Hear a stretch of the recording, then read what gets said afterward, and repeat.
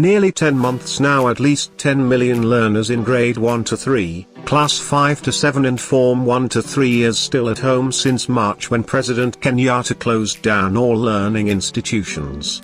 The decision to close schools was necessary because as a nation no one had an idea on how to handle the deadly virus. Prolonged stay of learners at home has exposed many of them to teenage pregnancies, child labor, recruitment to militia group, introduction to drug and drug abuse and gender-based violence. Learners have been also exposed to malnutrition, especially those who depended on school for food. However, according to Standard newspaper today, government is planning to expand facilities and provide masks, soaps, sanitizers and meals to students when schools fully reopen on January 4, 2021. Government is planning to use 2.1 billion Kenyan shillings to supply face masks, soap and sanitizers to learners.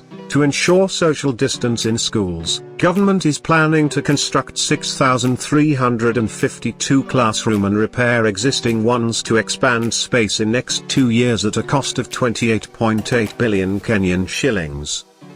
Teachers' shortage has also been a concern.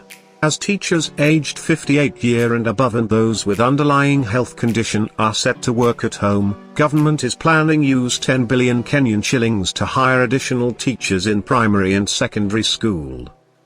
To ensure there is strong psychosocial support for teachers and students when school reopen, government is planning to use 1.1 billion Kenyan shillings to assist teacher, learners and education staff to deal with post-trauma stress.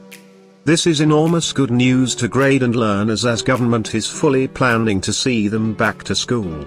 This move by the government will ensure learners resume in-person learning come January 4, 2021.